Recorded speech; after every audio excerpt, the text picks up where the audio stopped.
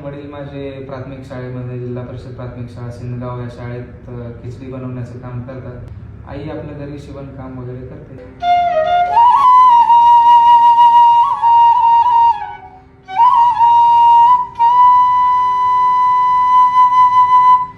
आज धाराशिवला बदलू पाहणाऱ्यांना भेटण्याचा दिवस तिसरा.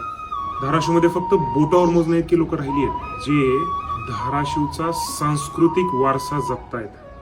त्याच्यातले हे एक. माझं नाव जगदीश बसवराज सुतार, आपल्याच धाराशिव जिल्ह्यातलं आहे.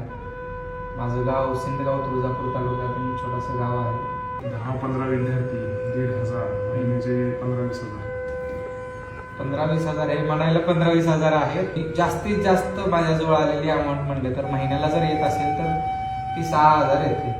त्याच्यावर अजून तर नाही आली. काय मोटिवेट काय करत तुम्हाला हे करायला? त्याचे विद्यार्थी बोलत नाहीत किंवा सराउंडिंग मध्ये ते घरी सुद्धा बोलत नाहीत आई वडिलांना.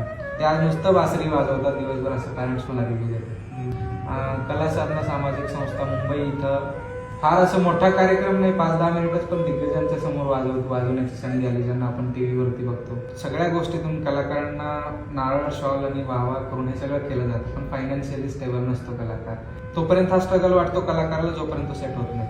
पण एक वेळ अशी येऊ शकते, त्यासाठी मेहनत आम्ही करतोय, करत राहणार आहे. एक वेळ ती येईल तेव्हा हेच आमच्यासाठी पूजा असणार आहे.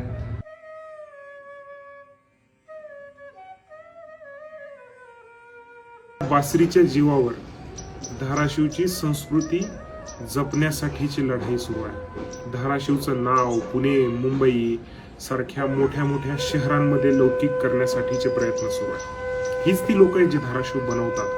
हीच ती लोक आहे जी धाराशिवचं नाव संपूर्ण भारतामध्ये गाजवतात. हीच ती लोक आहेत जी धाराशिव बनवतात. गर्व आहे.